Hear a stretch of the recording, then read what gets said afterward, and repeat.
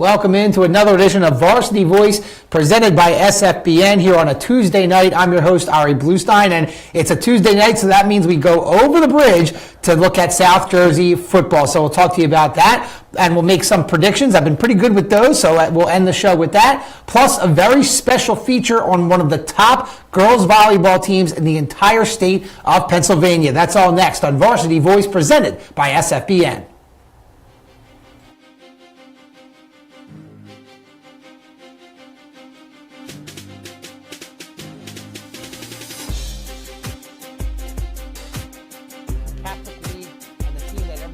About one final thought. Let's get a big, bold prediction.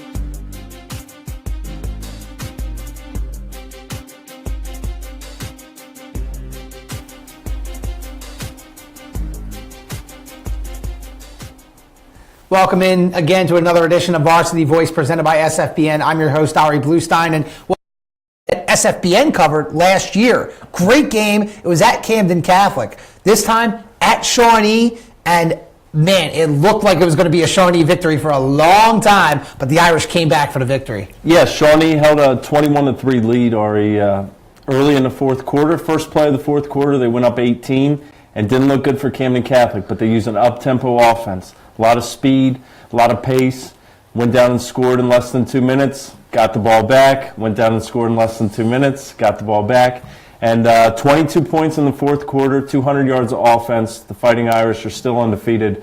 Tremendous end to that game and a signature win for the Irish this season. That's amazing because you take a look at Shawnee, they're up 21-3, and it's not like you have a rookie head coach or anything. You've got Tim Gushu, who's a legend in South Jersey, on the other side. What happened? Why couldn't Shawnee just hold on to the ball? Was Camden Catholic just coming up big with creating 3 and outs? So what was going on there? Camden Catholic had their offense moving all night, but had a couple turnovers, had a field goal block, so everything wasn't going as planned for the Irish. They didn't have the ball much in the third quarter, so that helped Shawnee. Shawnee did decide to throw the ball late, maybe to get an extra first down or two to kind of push it forward, and it didn't work out. Ended up 2 incompletions and interception, and allowed just enough crack in the door. But Tim Gushu was down his first and second string running back, so they kind of had to do it by piecemeal there at the end. It just didn't quite work out for them. Yeah, that's a shame for Shawnee because obviously they wanted to get some revenge because Camden Catholic really took them to school in Cherry Hill last year, and then Shawnee gets them on their home field. Taking a look at these two teams, Shawnee and Public, I believe they're Group 4, correct? Yes. So Public Group 4, Camden Catholic non-public Group 3. How do these teams look as we approach? We're going to get into the playoff picture very soon, but for these two teams in particular, how are we looking for the playoff picture? I know Camden Catholic's going to have to play some tough private schools from North Jersey. Yeah, for Camden Catholic, really the goal has been to go ahead and get that first playoff win in non-public Group 3. I think this year they're positioned to be in a game in the first round. They could host. I think next year is really the year where you look at they can make a dent in that parochial playoff picture, which would be a first in a while. Shawnee, on the other hand, in South Jersey Group 4, it's certainly thinned out compared to last year in terms of teams moving down, teams moving up due to enrollment. They're the odds-on favorite. There's no doubt about that. When they get healthy, it's going to be hard for anybody to beat them in that bracket. And Timber Creek, did they move down? They moved to 3. Yeah, so Timber Creek moves down to 3, and Cherokee who's the rival, they're 5. Yep. So we're going to get into Group 5. So I guess Shawnee, even with the loss, they should still be okay. So we'll see what happens there. But a very exciting game between Camden Catholic and Shawnee. Another very exciting game. Camden Catholic was like a non-public public crossover. We had Holy Spirit against St. Augustine. And 2 very good non-public teams in South Jersey, and Holy Spirit gets the win, 22-17. Yeah, it's a game for Holy Spirit. They had a couple of coaches who were at St. Augustine last season. Their quarterback was at St. Augustine last season. This was a grudge match type of game where there was a lot at stake in terms of pride, bragging rights, and all that. Maybe a couple hard feelings too, but Holy Spirit prevailed. Joshua Zamat, the quarterback, ran for more than 100 yards, 2 touchdowns. And had the interception that sealed it, so he got a little revenge going back into Richland. Yeah, and Holy Spirit, that's a big win for them. St. Augustine's been kind of the power in terms of non-public schools in South Jersey. St. Joseph, Hamilton also obviously in the mix. But Holy Spirit, I mean, are they non-public group 2? Yes. They're one of the smaller schools. So you're looking at a team that maybe can make a state title run. What do you think? Can they build off this victory and get momentum into the playoffs? I think they can, and I think that they probably will headed into the postseason. They were up on St. Joe earlier this season and got shut out in the second half. The Wildcats, who've been averaging 50 points a game this season, kind of ran away from them there. But St. Joe and Holy Spirit is the matchup to watch. If they were to meet again, it could be a holy war in the postseason, and that would be certainly a game that everybody would want to see. And unfortunately for St. Augustine, they're one of the bigger schools. They're going to have to play in the non-public Group 4 with the monsters from North Jersey, the Bergen Catholics, the St. Peter's Preps, the Paramus Catholics. I mean, I guess they're a little bit down this year because of the coaching change. Going to be maybe a tough November for them. Yeah, it's been a point of contention for a while now. You looked at St. Augustine last season. They were demonstratively better than they are this year and really didn't stand a chance in the playoffs. There's a PowerPoint multiplier for those big North Jersey schools that even if they don't win games, if they play their fellow big schools, they get a lot of points. It's been a significant problem in New Jersey, and I would imagine that at some point they'll finally figure it out. But, yeah, it's a tough road for St. Augustine, and if they do qualify for the playoffs, it's really not a reward having to go up and face the number 1 team. No, it's not, unfortunately. But, you know, that was a great game between two good South Jersey private schools. Holy Spirit gets the better end of St. Augustine 22-17. Well, we have a really big matchup coming up in South Jersey, and this game I know you're really excited about, Mark. Haddonfield at West Deptford Friday night at 7 o'clock. Tell us about this matchup and what you expect to see from both sides of the ball. Yeah, Ari, this is always the game to watch in Group 2 in South Jersey. Usually whoever wins has a lot of payback on their mind when they meet in the playoffs. This determines who will be the favorite in that group. There are plenty of good teams. You look at Willingboro, Cinnaminson, they could get in. Sterling's had a renaissance year for the Silver Knights. But West Deptford and Haddonfield is always marked down on the calendar as the game to watch. Frank Delano, the coach for the Haddons, and Clyde Folsom is one of the best in the business over at West Deptford. When those two match up against each other, it's always a thriller. What do you think is maybe the key to this game? Looking at these two teams this year, what's the key factor as to who wins this monster Group 2 battle? Well, I think they know each other so well, it almost always comes down to a single playmaker and who makes the biggest plays. And I think when you look at Haddonfield, they have a guy like Ben Klaus who could do so many things. Cornerback, also running back. Nick Patrizzi as well has had a great year running the ball. And West Deptford has Ken Lim, who does it all. He started as a sophomore last season, may have been their best player. And he's a guy he's a threat to go all the way every time he touches the ball. Well, it should be a really exciting game. Friday night at West Deptford. Haddonfield will travel to one of their bigger rivals in Group 2. Well, you know, we've talked about, that's Group 2. We talked about a lot of non-public schools. South Jersey Public Group 5, the biggest group for the public schools. You've got 3 very good undefeated teams. You've got Millville, you've got Rancocas Valley, and you've got Vineland. So tell me about these 3 teams. Millville, the main thing I know about them is that it's Mike Trout's alma mater, obviously. And Rancocas Valley, the Devils are always a very competitive team. Vineland is a team I'm not super familiar with. So enlighten me a little bit, enlighten our audience a little bit about these 3 squads who are currently undefeated. Well, first, Rancocas Valley will likely get the number 1 seed. Okay. They're led by running back Iverson Clement, who's going to University of Florida next season. Right. Named after Allen Iverson, right? Absolutely. He's love that. And he lives up to the name. He is probably the best running back that there is in the region. You look at Vineland, they've got Isaiah Pacheco, who's a Rutgers commit, Naheem Anderson, who's a Maryland commit at linebacker. They've been very powerful. They haven't played the level of competition yet. So that's something. They do play St. Augustine the end of the season. I think we'll get a better measuring stick. But right now, undefeated. Millville, defending Group 5 champs. Right. Brought most of that team back. Clayton Scott, two-way player. Marcial Ramos, two-way player. Carlton Lawrence, two-way player. This is a team that won Group 5 last year. They really only played like 25 kids. I mean, these are tough as nails players. Last year they went on the road, took down RV, took down Cherokee, and also took down Toms River North for the championship. So they're the team to beat right now in terms of they've already done it. Yeah. Rancocas Valley certainly has a lot on their mind after last year being knocked off. And you can't rule out teams like Lenape, who RV just beat a couple weeks ago, Cherokee, who's always in the mix, right? Howe, who's down the shore and is undefeated, I believe, or maybe one loss. So it's a loaded bracket. Literally any of the teams 1 through 8 who get in can win it. That should really be exciting. I mean, I love it, when you get those brackets where it's not like, oh, it's just going to be chalk. It's number 1 and number 2. Yep. I like some upsets in there. I mean, you mentioned so many really good teams. I mean, the 3 undefeated teams, RV, Millville, and Vineland, obviously very good. But you mentioned Lenape and Cherokee as well. I mean, they're always a very good team. Now, what's interesting about Millville is their road to winning that championship. Beat RV, beat Cherokee, and beat Toms River North, who had a really high-powered offense last year. Do you think they could pull off that same kind of run? Maybe they have more of a target on their back this year, so it might be a little tougher. Can they duplicate that run, beating those 3 really good programs? I think they can, Ari, because quite simply they have the playmakers to do it. And against St. Augustine, they were losing late. They had a 98-yard kickoff return to take a lead. It got called back. So what do? They marched all the way down the field and won it at the end. When their backs are against the wall, they're the best team out there in that situation. They've proven it. And I always think you've got to go with the team. You look at Toms River North last year. Yeah. They were the defending champ. They were far and away the favorite.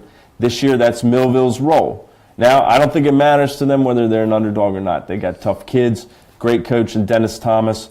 I still peg them as the team to beat no matter where they come in as the seeding is. Yeah, I mean, again, it should be interesting to see how the seeds fall. But, yeah, you got to make Millville the favorite right now. RV certainly right there as well. So, Mark Trible, thank you again so much for joining us here on Varsity Voice, our man from the Courier Post, breaking down the South Jersey football picture. Mark, thanks again for coming on. Ari, it's always a pleasure, man. We're going to take a break, and when we come back, we'll take a break from the gridiron, and we will go inside the gym to the volleyball court. Next on Varsity Voice, presented by SFBN.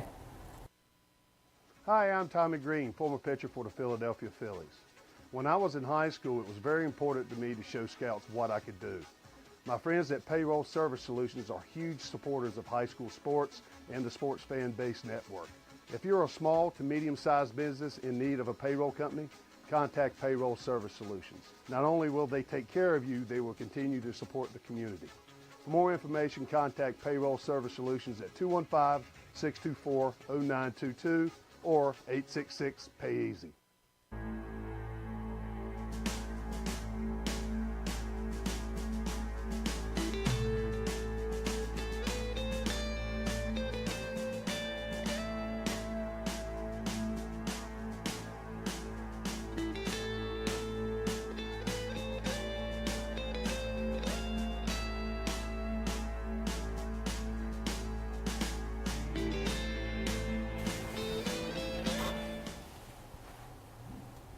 Welcome back to Varsity Voice, presented by SFBN. And we wanted to take a break from football and tell you about a very good girls volleyball team in the state of Pennsylvania, not too far from the Philadelphia area, down in Downingtown, Bishop Shanahan. They are one of the best teams in the entire state. I believe they're number 1 in District 1 in their classification. This is a very good team, well coached, and we sent out our own Caitlin Drapeski to go to one of their games and talk to some of the players after the game. So here's a very special feature on the Bishop Shanahan girls volleyball squad.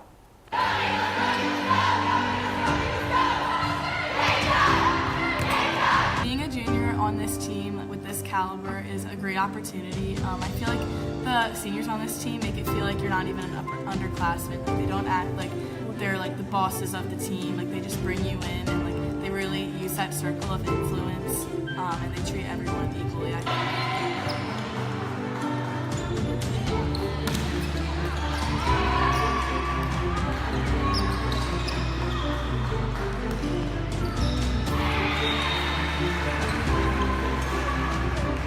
Ultimately, the setters are the ones calling the shots and running the plays, and you're ultimately running the offense. So you need to really know your hitters, know what kind of sets they need. Every hitter needs a different set, different tempo. But the biggest thing would be communication, because I feel like there's nothing more difficult than trying to run an offense without communicating with your hitters. So when you establish that good communication and everybody's on the same page, then you run a flawless offense.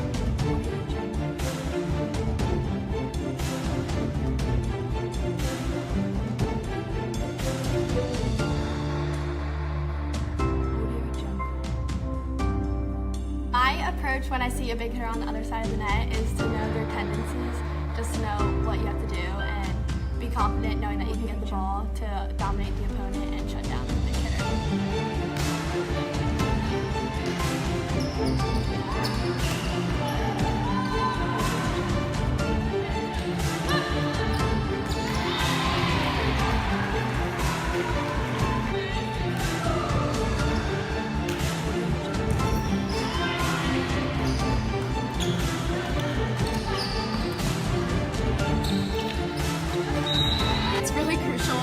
To be a setter on the team because we're always told that you have one of our main jobs is to put the ball where the hitter needs it. So for us, that means that each hitter is different. They have different tendencies and different needs, like speed and height and what they're able to do. So we have to make sure we can accommodate for each person based on those needs in order to produce a good play. The relationship with the setter is really, really important because without your setter, you can't get a kill, you can't get the point. And I think it's really important that you maintain feedback with the setter. So if the set's not where you want it, then you just have to be willing to tell the setter and so that you guys can produce a good play. And it's always important after you get a kill to congratulate your setter because they're as big a part of it as you are.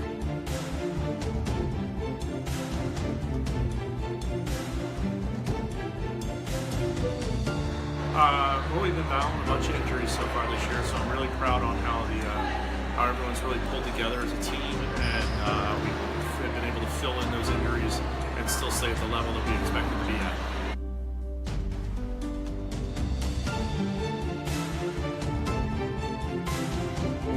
Treat every practice and every game just like it's the championship game. That's one of the things we talk about in practice all the time. We've been accustomed to being in the state tournament for a number of years. So we know what it takes to win it all. We know what it takes to get there. There's a lot of things that go into that. Luck, health, just chemistry, just being able to play at the top of your level every time.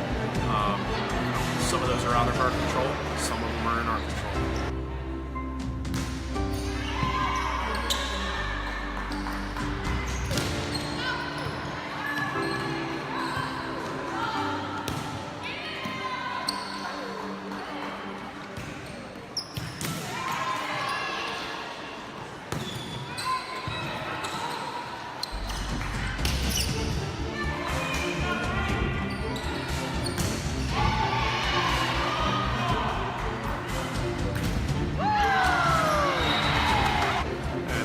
Drives us. We're bound and determined to win it all this year. We've been there before. I know what it's like to be there. It's an unbelievable experience. And I just wish, for everything that these girls get that chance. Our theme this year has been total domination. And as we put up the scores tonight, that's what we're doing to everybody. And it doesn't matter who we're doing it to. We treat everybody the same. We're out there to dominate everybody.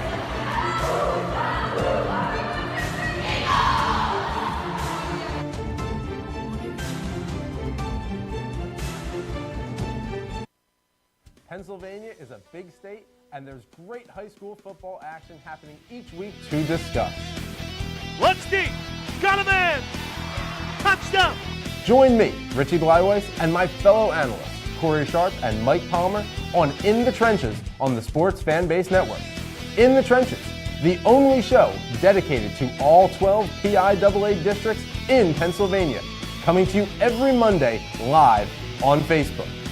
Tune in for information, stats, analysis, and some great previews and predictions.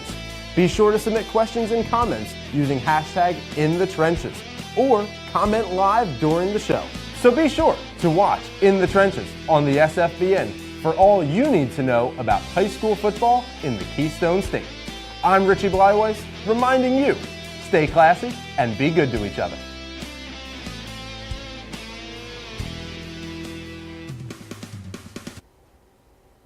Welcome back into Varsity Voice presented by SFBN. I'm your host, Ari Bluestein. I want to thank again Mark Trible of the Courier Post for coming in, breaking down South Jersey football. We love when he comes in. I love to hear about all of those teams across the bridge. I want to thank our own Caitlin Drapesky for putting together the feature on the Bishop Shanahan girls volleyball team. And I want to thank everyone involved, coaches, players, administrators at Bishop Shanahan for allowing us to come in and take video of one of their matches and talk to their players. So I hope everybody from Bishop Shanahan who tuned in enjoyed that feature. All right, so now it's time to get into my predictions, and this is something I've been doing over the last few weeks now, and I'm getting increased demand to make these picks, keep making these picks, and I'm doing pretty well so far. You take a look at last week's picks, 5-1 again.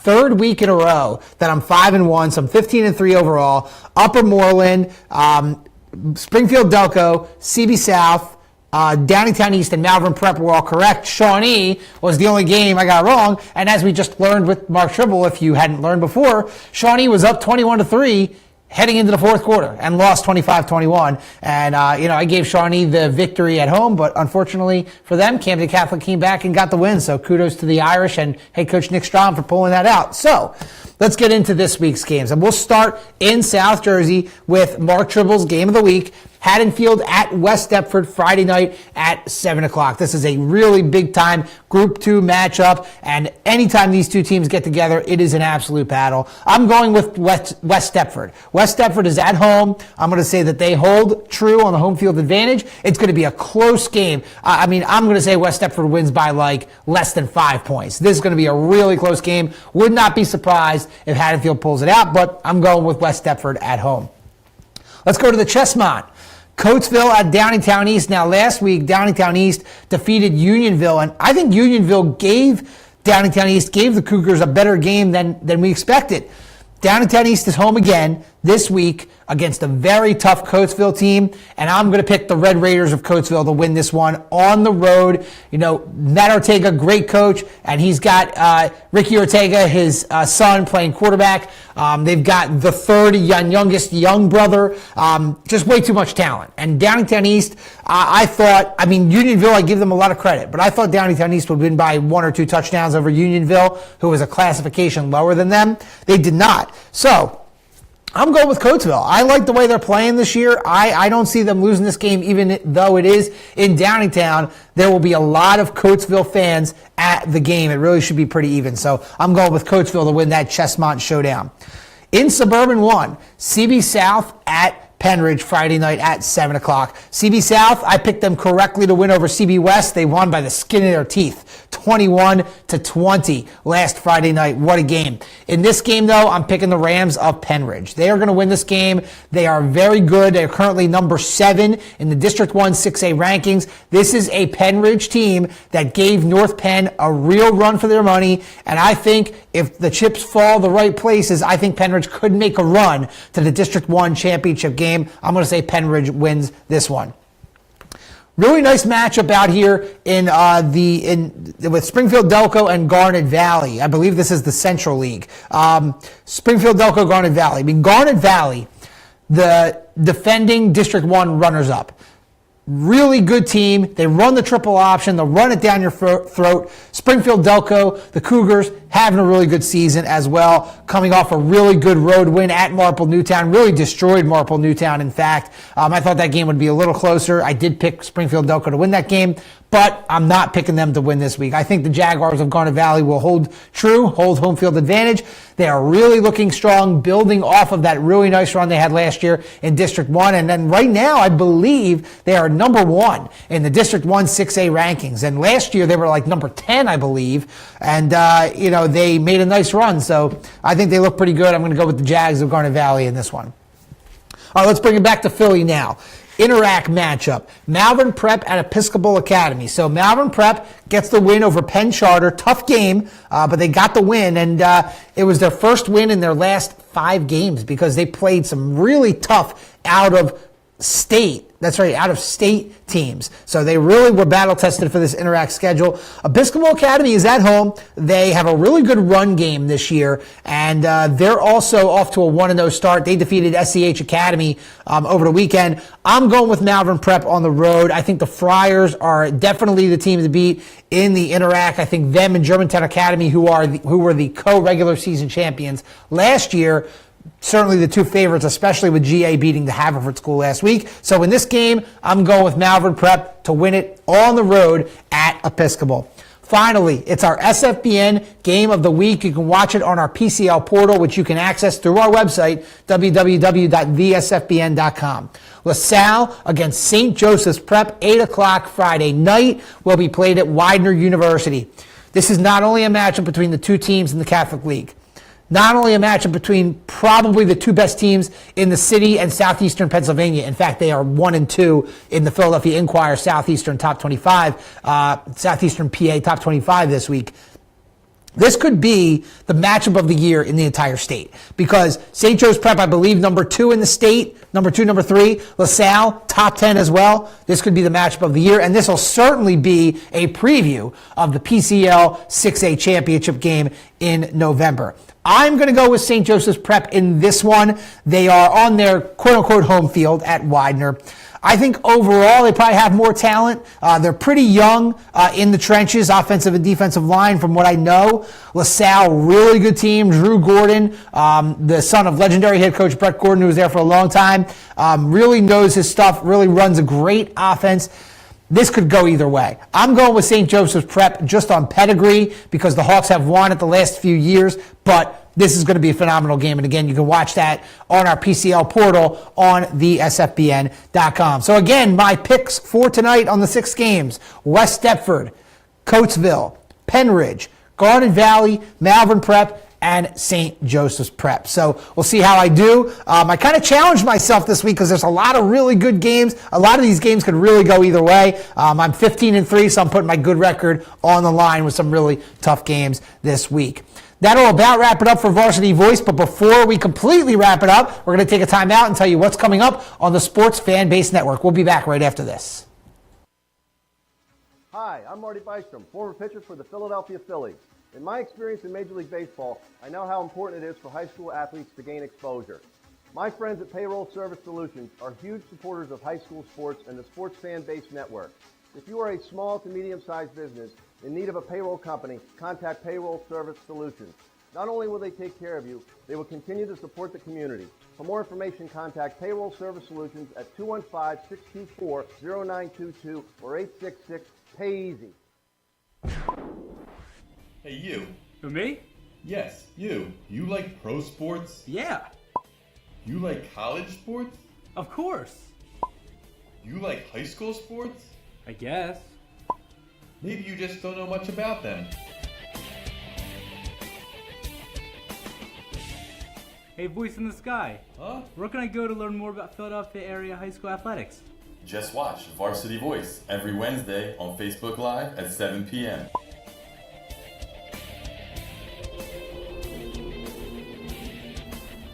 Welcome back into Varsity Voice here on a Tuesday night. Thank you for joining us here on Facebook Live. I'm your host, Ari Bluestein. Before we part ways here on Facebook Live, we wanted to tell you about what's coming up here on the Sports Fan Base Network. We mentioned it in our last segment, our final game that I made a prediction on. LaSalle against St. Joseph's Prep, Friday night, 8 p.m. at Widener. It's our SFBN Game of the Week. We've been promoting this game for a couple of weeks now on all our shows. You can view it on the PCL portal, on our website, thesfbn.com. You know, I picked St. Joe's Prep. This can really go either way, though. What a great matchup between two of the best teams in the entire state of Pennsylvania. In addition to Varsity Voice, we have a few other great shows here on Facebook Live as a part of the Sports Fan Base Network. In the Trenches, it just aired last night. I actually joined as a guest analyst with our host, Richie Bleiweiss, and Mike Palmer. I was filling in for Corey Sharp, but they are a great trio of analysts. They really know their stuff in terms of the entire entire state of Pennsylvania. So In the Trenches every Monday night at 7 p.m. right here on Facebook Live. Make sure you check that out, especially if you like high school football, what I was talking about today. You're going to love In the Trenches. Then we've got our soccer show, In the Goal, hosted by Steven Schreiber and our guest analysts, Jack Cap and Ryan Haney. And in fact, coming up this Thursday night will be a special guest. Joe Fight will be filling in for Coach Ryan Haney, who is unavailable. But In the Goal every Thursday night at 7 p.m. right here on Facebook Live, breaking down the entire state of Pennsylvania, both boys and girls soccer. Also, something really cool and new that's going on with SFBN, we're now on iTunes. So any of our shows, whether it's Varsity Voice, In the Trenches, or In the Goal, you can listen to it on iTunes. We have our podcast up. Make sure you subscribe today. And then, of course, we bring to you great content, not only our broadcasts, not only our shows, but we have articles, photos, special highlight videos as well. Make sure you check out everything high school in the state of Pennsylvania at www.thesfbn.com. That wraps it up here on Varsity Voice presented by SFBN. Thank you for tuning in. I'm Ari Bluestein. Have a great night.